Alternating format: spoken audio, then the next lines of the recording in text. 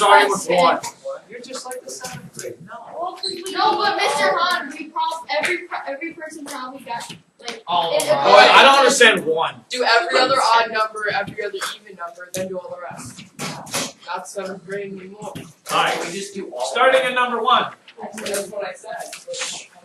Here's what you must understand about problem number 1.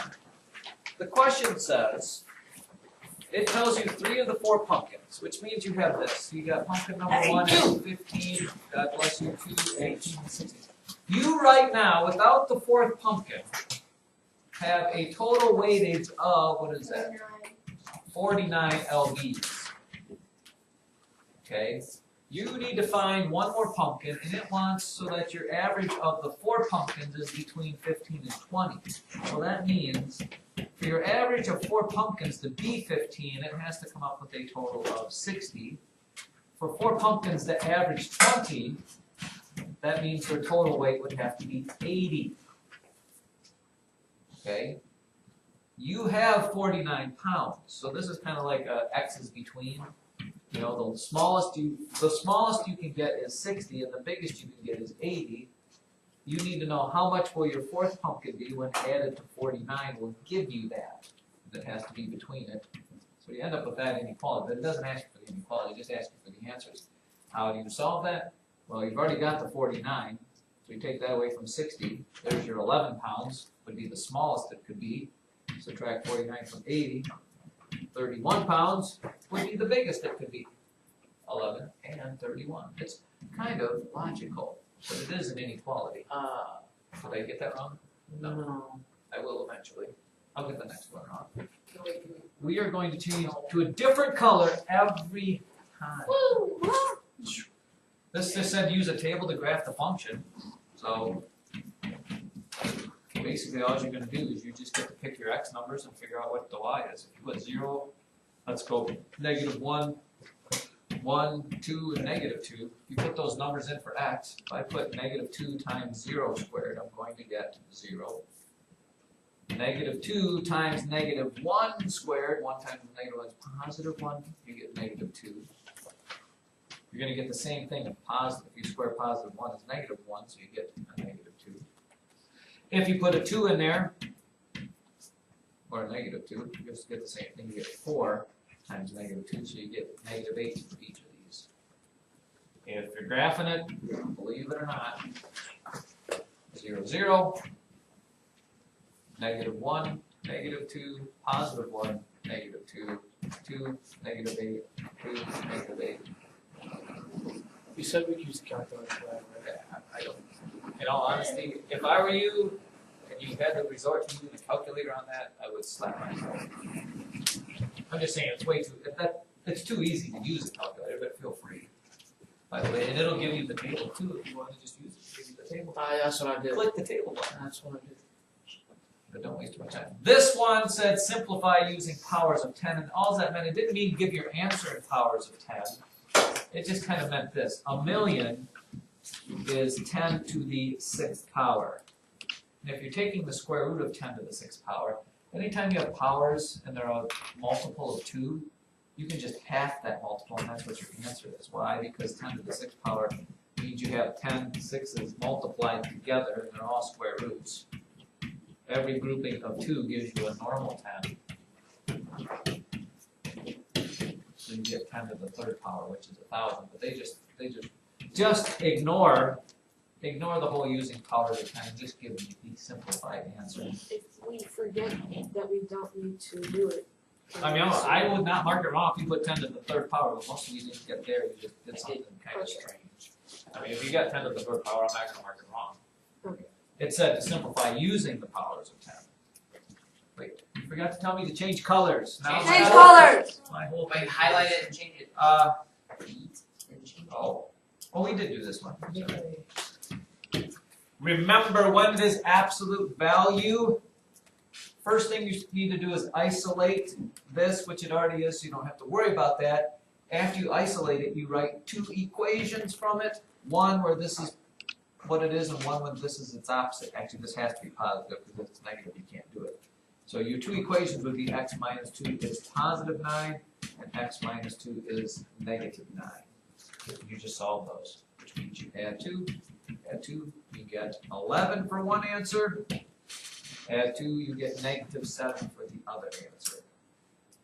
Remember, again, for the second time right now, if this was a -9, this is impossible and you could not do it, because you cannot get a negative number when you take the absolute value of something. Unless you get to the imaginary numbers, the letter I. Remember on the maths test that you couldn't do? Very well. It's not my fault. I couldn't tell you how to do it either. Were we the closest to, I will give you that. You're the closest since that class to get to that. And like I said, I do believe they changed the standards. I don't know if it's easier or harder, but that's either one. We should get, I think we should have just a mini poster. I should give you honorable mention. Maybe I'll put a little picture of you done. Yeah. Yeah. can we do that? Absolutely. I'll look into that. Yeah. This one here. in this church. 3 minus the square root of 2. You must, don't just try to do it, you have to do it as a binomial times a binomial, otherwise you will get some sort of goofy wrong answer. Using FOIL, the 2 first terms give you 9. The outside term, 3 times a negative square root of 2 is -3 square roots of 2. The inside term, wait, did I do that wrong? Yeah, no. The inside term is also -3 square roots of 2. And your last term, a negative square root of 2 times a negative square root of 2 is a positive square root of 2 times square root of 2 is square root of 4, which is 2. This is almost correct, except you can combine, or Carter Westfall would combine that, but not with the way the weather is. Is your dad getting a little ornery that it's I'm getting a little ornery too. Alright. I'm kind of getting scared. Oh, which by the way, you can also put the 9 with the 2 together and get 11. Those are whole numbers. If you have -3 square roots of 2, Brant, and you add 3 more negative square roots of 3 together, how many negative square roots of 2 do you have? No, it's not multiplying, you're adding. -3 and -3 is 6. -6. -6 square roots of 2. Look at that. This is like speed dating. Speed math. Speed. Speed. Quick maths. A rectangular rug has a length of the square root of 98 feet and the width of square root of 50 feet. What is the rug's perimeter? And the book gives you this because they want you to simplify those. The square root of 98 and the square root of 50. If you simplify the square root of 50, it is the square root of 25 times the square root of 2. And there is a square root of 25, which is 5. So you have 5 square root of 2 there. 98 is 49 times 2. And 49 has a perfect square, which is 7. So this is 7 square roots of 2. What? Thousands. Which means this, Carter Westfall. If I have 5 square roots of 2 and another 5 square roots of 2, and then I have 7 square roots of 2 and another 7 square roots of 2, how many square roots of 2 do I have altogether? 7 plus 7 plus 5 plus 5. Look at you go. 24 square roots of 2. And we have now finished 6 problems in the span of 6 minutes. Come on up. I am on a roll. somewhat of Proverbial. a Kaiser roll. If you will. Write a compound inequality that represents all real numbers that are less than -1 or greater than 4. Less than -1, you're going from negative. Oh, it's an or problem. Or. It's not an and because it doesn't say and, it says or, right? Yeah. Yeah. So or means you have 2 different equations. X is less than -1. X is greater than 4. Or problems go in opposite directions.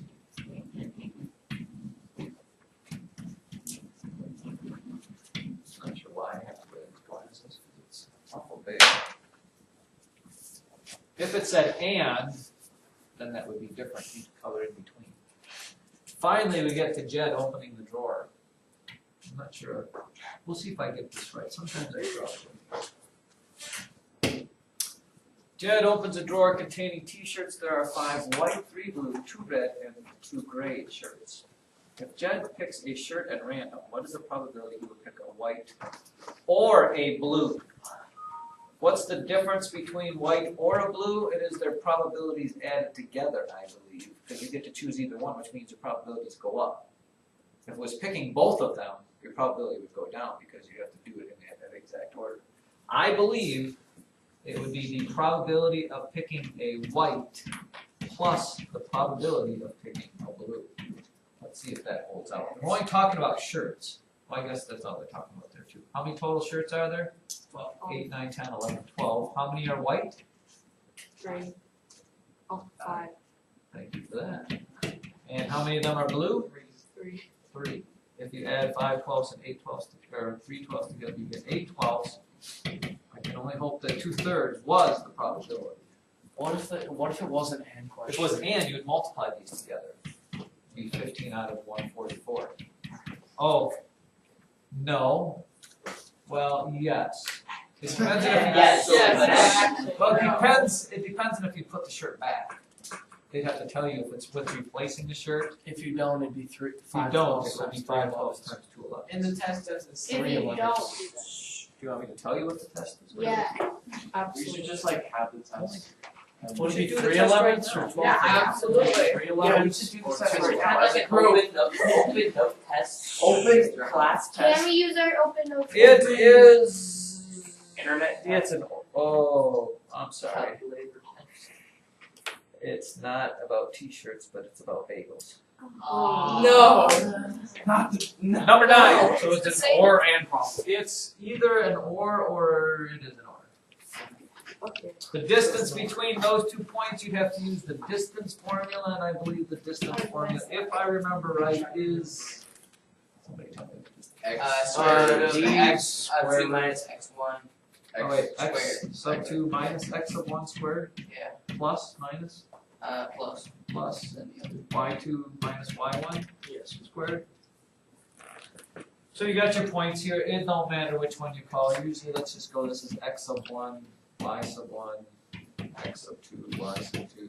Again, please take your time to write this out so you just make sure you get x minus x squared plus y minus y squared, so you don't forget. X sub 2 is 5 minus x sub 1, 2. Y sub 2 is 6 minus y sub 1, which is a negative 3. That's where you'd go wrong if you made a mistake. 5 minus 2 is 3, and 3 squared is 9 for this.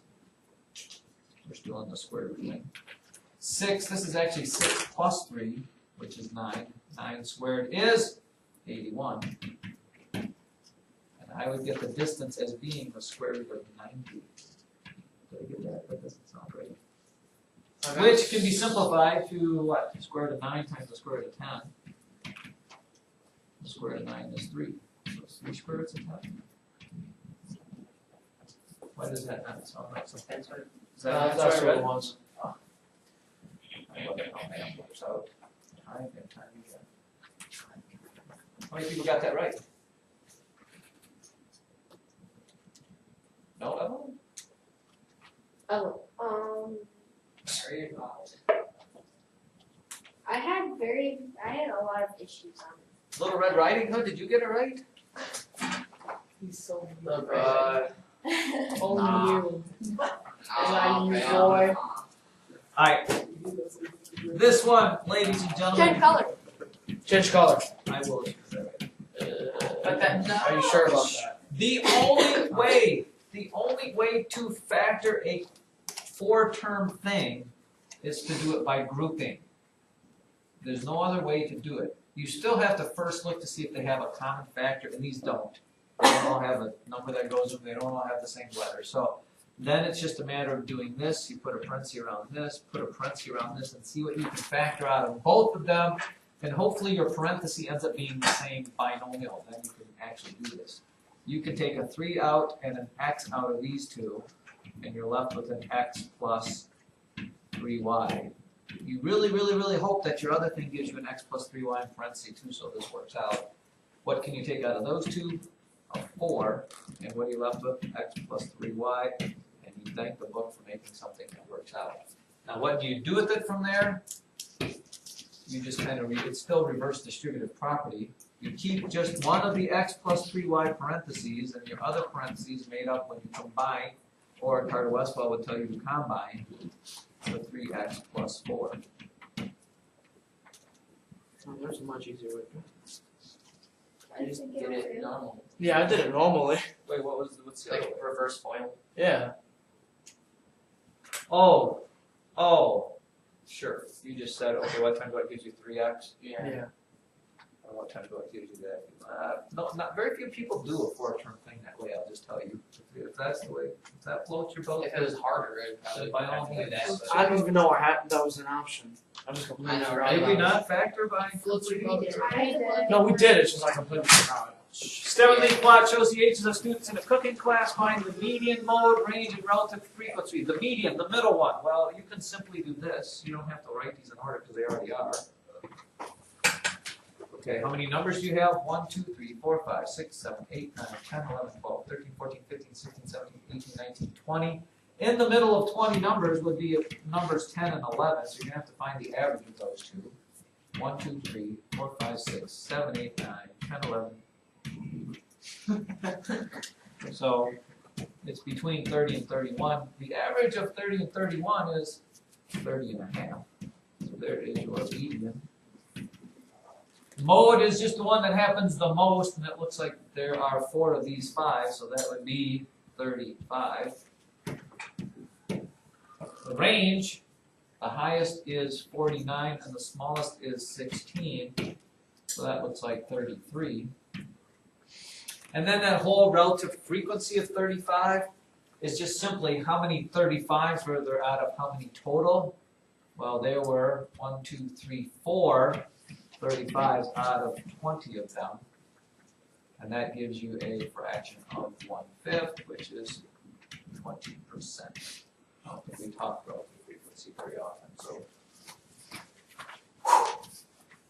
I think that was fabulous. Me Did too. you not tell me to switch colors? What haven't we done? Green. We're gonna do that off with purple. We're gonna do black. We haven't done black. I So want black just awkward doesn't purple. stand out. Well, So awkward purple. determine whether the binomial is the difference of two squares. And remember, the difference of two squares simply means, well, step number 1, always, ladies and gentlemen, can you factor something out of 36 and 64? The answer to that is, Yes. what number? 2, Higher? 4, 3rd. You take 4 out and you're left with 9x squared minus 16. And in order for something to be the difference of two squares, first of all, it has to be a difference, which means it has to be subtraction. And both of the terms have to be perfect squares. In other words, can you get 3x times 3x. 16 is 4 times 4. So one's minus 4, one's plus 4. Those are your two identical binomials, except they're opposites, and that's the only way for it to happen. And then that 4 still stays outside. So this was what the book gave you as the answer. Could you have picked 6x minus 8, 6x plus 8? That's what I did. Instead of factor it, so, oh great. So for a difference of two squares, you need one to be positive, one to be negative. Yes, this one it has to be a minus problem because there's no way to get a binomial when you multiply binomials when they're both the same sign, so you'll always get a middle term. So Chase, it'll be an easy one tomorrow, don't you worry. Pythagorean theorem to find the missing number. Is there a 912? No. But you can divide. You 3, 4, can. 5. What can you reduce these by 3? If you divide them by 3, that makes this side 3 and this side 4, which gives you a 3, 4, 5 triangle. Is 5 my answer? It is not, because that's the small triangle. You have to undo this 5 by remultiplying it by what you divided by. C would have to be 15. How about that? Score. Change color. Let's go back to red. Choose a factoring method for the polynomial. Well, again, this is the difference of squares. Perfect square, y squared minus 144. What times what gives you this? Y times y. What times that gives you that? 12 times 12. 1 has to be minus, 1 has to be plus. What does it mean choose a factoring method? Oh, that's the factoring method is the difference of two squares. You can factor by FOIL. You can factor by completing the square. Let's see, how it's done. You can factor by grouping. You can factor by what else there is. I got to see another one, so I can't help you on it. You actually? I did. Oh, I told you it's Mrs. Clevish's fault. Mrs. Clevish, if you ever watch this video, it really wasn't your fault. Even though Eric Majeski got a good grade because he would bring you an apple. This one here, give the coordinates of the parabola's vertex.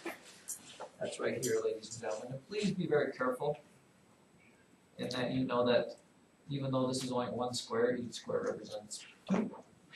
So the coordinate of that vertex is x is 0, y is negative 2.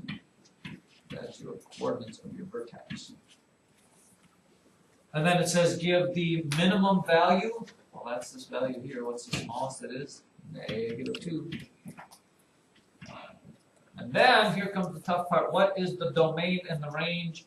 Remember, domain are the x values, which means how far does it go this way and that. Range is what does it do up and down. And the domain, because these arrows go out this way, even though it's going to grow slowly, it still goes forever. So the domain is all real numbers. The range is not all real numbers because it starts right here at negative 2, and y has to be greater than that. Could it be greater than or equal to? Equal to, yes, it actually probably is equal to. That right there. How do you determine whether it's equal to or not? Well, if it touches that line. All right. Really with the graph, it's really, you can make a case either way, but if it's touching the line. Wait, the y not. Is that the range for the Yeah. y? Range is this, domain is that. Actually, domain 2 should write x is all real numbers. That's technically how you should write it. The range y is greater than technically. It's a mere technicality. This is breakneck speed. We're setting world records. The pace has never been. We're studying algebra. We only have to do 4 more. This one, ladies and gentlemen, you are just foolish if you multiply and then simplify. You just want to cross cancel everything you can before you multiply. Okay, we can do it if it's like simple. Yes, Let me it's repeat possible, myself. but it's You're more just difficult. foolish if you multiply and then That's what I do. simplify.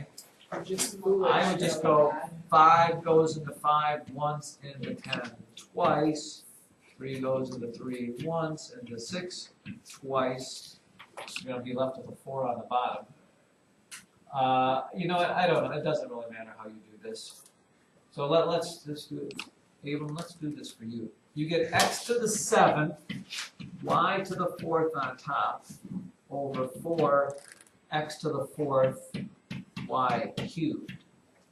And then you can just cross off knowing what you have the difference. There are 3 more x's on top, so it stays x to the cubed up there. There are 1 more y on top, so it stays a y up there. The 4 has to stay on the bottom. You can't just flip that up there. So you end up with x.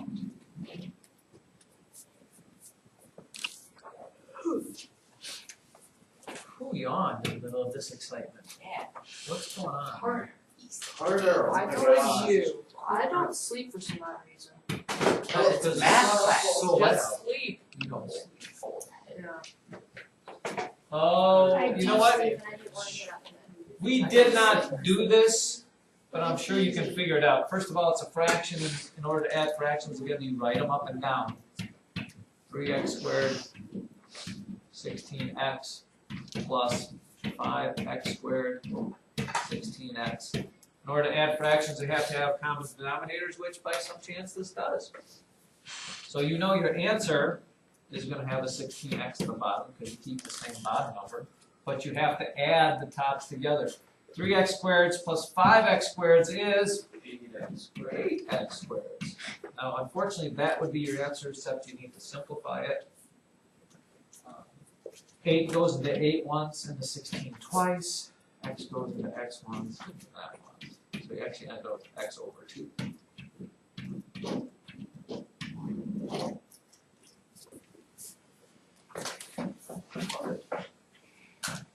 Here is running. Okay. You still have 3 problems to go.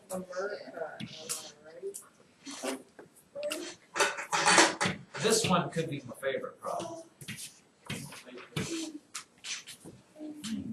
What do you get if you combine this? -7 plus -3? -10. -10. And that's less than -5x minus 5. Your choice and how you really want to go about doing this, because we got to do a lot of flip-flop. I'm just going to solve for x right off the bat. So I add 5. I add 5. So I get -5 is less than -5x. Now I'm going to get x by itself by dividing by -5. But then I go, uh-oh, I'm dividing by a negative. What's that going to mean? Sign to sign. That means the sign has to change to its opposite. So now I have a positive 1 is greater than x, which I say, oh no, the x on the wrong side, which means I have to, I can flip-flop them, but I have to flip-flop the sign. So x does go to the side, 1 does go to that side, but that sign changes. So x is greater, so less than 1. You could have done that a plethora of ways. This was just.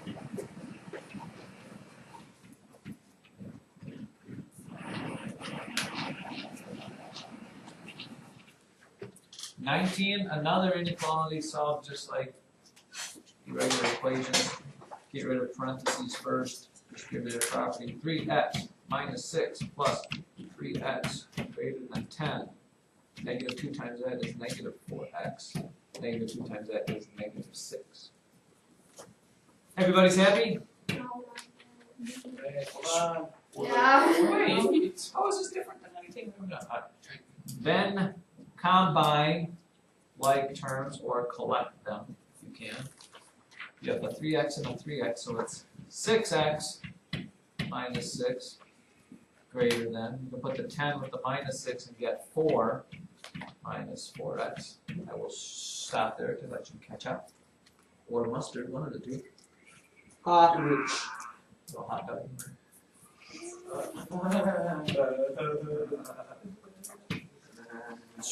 Now, moving x's to one side, numbers to the other. Please understand, I am not multiplying or dividing, so I can add 4x to both sides. It doesn't change the sign. It's only when I multiply or divide by negative. So this ends up being 10x. I add 6 to this side, I add 6 to that side, I get 10. And then I divide by 10. Sign again doesn't change because I'm not dividing by a negative. X has to be greater than 1. So here at 1, x is greater than. No sign flippage at all on that one. However, looking at number 20, things are not good, Alton White. Not good at all. Because my n will be negative. And the last color we shall choose for today. Oh wait, we can define. Is neon. Whoa. There are colors we've never even. Yeah. Did you not know you could do that? We should do I black. No, I'm gonna move this. Neon pink. Why doesn't it move? Where'd it go? Oh, it's still there. It's in the green now. You gotta click on Oh, it did move. Let's go over here. Let's call that one. Add to costume colors. costumes. Thanks,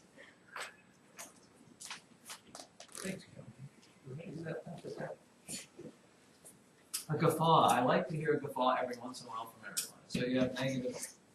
What is that? And less than. Black.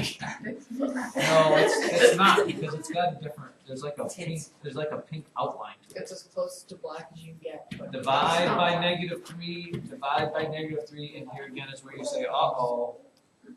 Uh-oh. You Oh, divide by no. negative, so the sign is going to change. N +3. And then bam, +3. Colored in because it's equal. Positive.